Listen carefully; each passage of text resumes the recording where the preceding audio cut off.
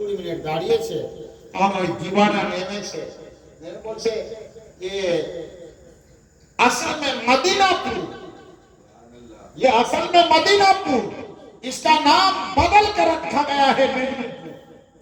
ये मदीनापुर है, जहां এখানে এত ওলির মাজার আছে যে মেদিনীপুর के सरजमीन में खाली पैर रखना भी दुश्मन है, खाली पैर रखना ना, এত ওলির মাজার আছে। সুবহানাল্লাহ।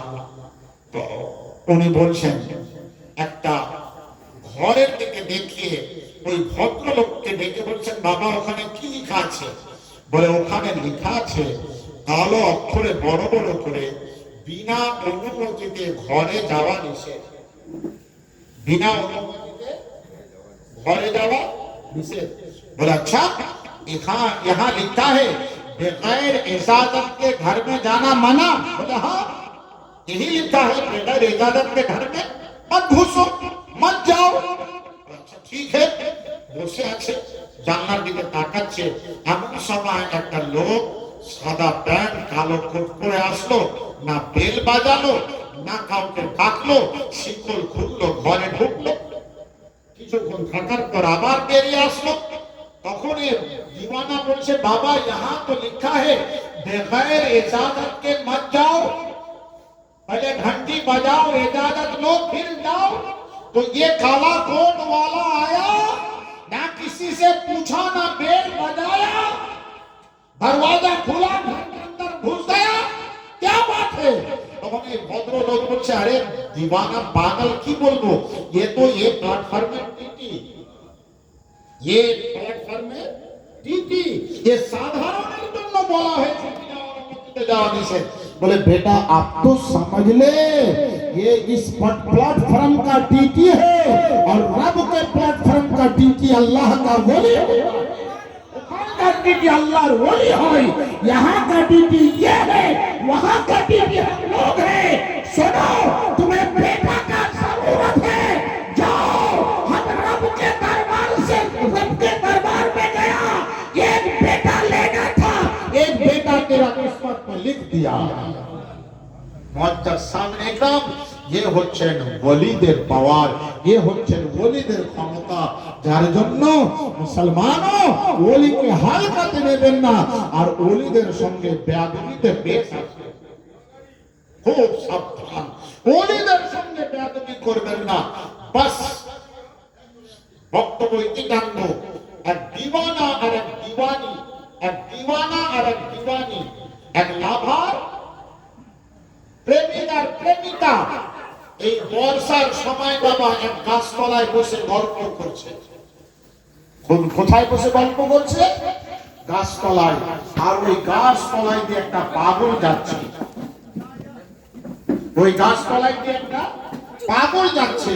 পাগল যেতে যেতে বাবা পা দিয়ে এমন ভাবে কাদা মারলো যে মেয়েটার তামাম জামা কাদা নিয়ে বুদ্ধার গালে জোর সে জোর করে চাপড় মেরেছে বুড়ার গালে, যে তুমি যাচ্ছিলে আমার প্রেমিকার গায়ে কাদা কেন ছিটালে? ও বেচারা গাল ধরে আল্লাহকে ডেকে বলছে, আল্লাহ তুই দেখছিস, আল্লাহ তুই দেখছিস। বলে চলে গেছে।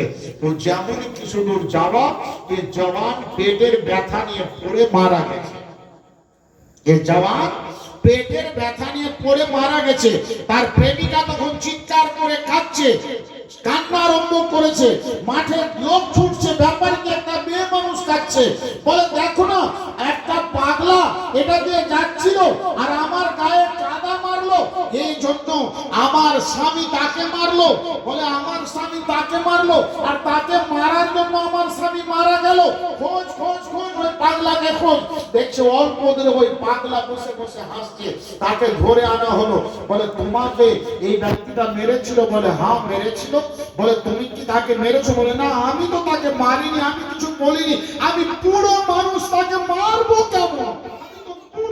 আমি দুর্বল, আমি তাকে কেন মারবো? তার জওয়ানি হাতের মার খেয়ে আমি চলে গেছি। বলে তোমাকে মারার পর যে মারা গেল, বলে আমাকে মারলো কেন?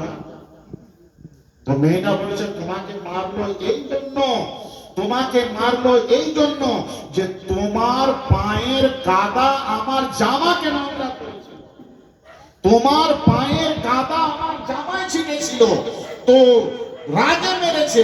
বলে আচ্ছা মা, আমার পায়ের কাদা তোমার জামাতে লেগেছিল, তুমি না মেরে ও কেন মারলো?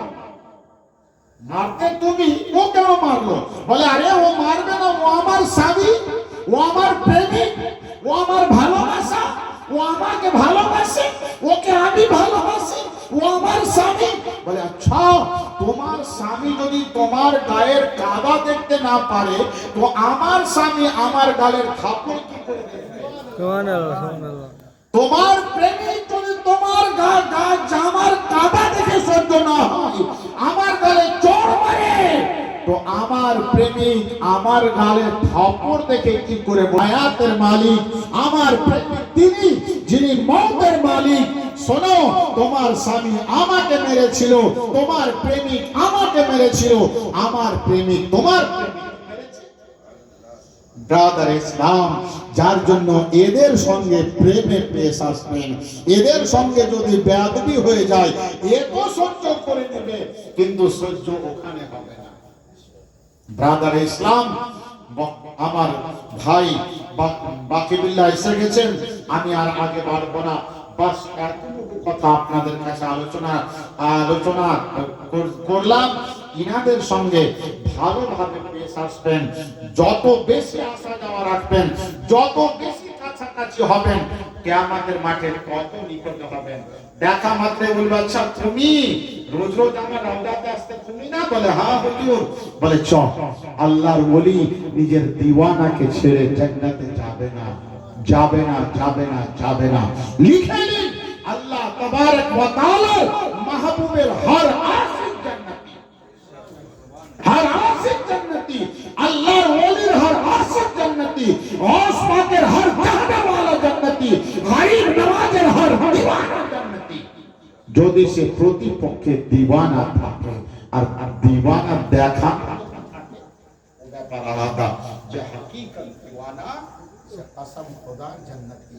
প্যারে হাজরিন, ইনশাআল্লাহ তাআলা আবার যদি কখনো আসি, আল্লাহর ওলিদের শান, আল্লাহর ওলিদের মার্তাবা এর উপরে আলোচনা হবে। আজকে যে সার অংশ আমার, আল্লাহর ওলিরা ঈমানদার হবে এবং আল্লাহর ওলিরা পরহেজগার হবে। কোন বেঈমান আল্লাহর ওলি হতে পারে না, কোন হারাম খানেওয়ালা আল্লাহর ওলি হতে পারে না। আল্লাহর ওলি হওয়ার জন্য যেমন শর্ত ঈমান, তেমন শর্ত হালাল খুন, হালাল মাংস, হালাল রেজা, হালাল শ্বাস। আল্লাহর ওলিদের শ্বাস সোজ পাক, আল্লাহর ওলিদের নাসর পাক, আল্লাহর ওলিদের কলব পাক। আল্লাহর ওলিরা সকলকে ব্রাদার ইসলাম, জাত জাত, আল্লাহর ওলিরা সবাইকে ভালোবাসার দার্স দিয়ে গেছেন। আমার মুস্তাফা জানে রহমত সাল্লাল্লাহু তাআলা আলাইহি ওয়াসাল্লামের আদর্শ আল্লাহর ওলিদের মধ্যে পাওয়া যায়। আপনাদের কাছে আজ আমি বক্তব্য ইতি টানবো এই বলে, মানুষ হয়ে মানুষকে ভালোবাসুন। হ্যাঁ, যে গুস্তাখে রাসূল তার থেকে দূরে থাকুন। মানুষ হয়ে মানুষকে ভালোবাসুন, যে গুস্তাখে রাসূল তার থেকে দূরে থাকুন। ইনশাআল্লাহ কামিয়াব হবেন, কামিয়াব আছেন, কামিয়াব থাকবেন। ওয়া আখিরু দাওয়ানা আলহামদুলিল্লাহি রাব্বিল আলামিন। আসসালামু আলাইকুম ওয়া রাহমাতুল্লাহি তাআলা ওয়া বারাকাতুহু।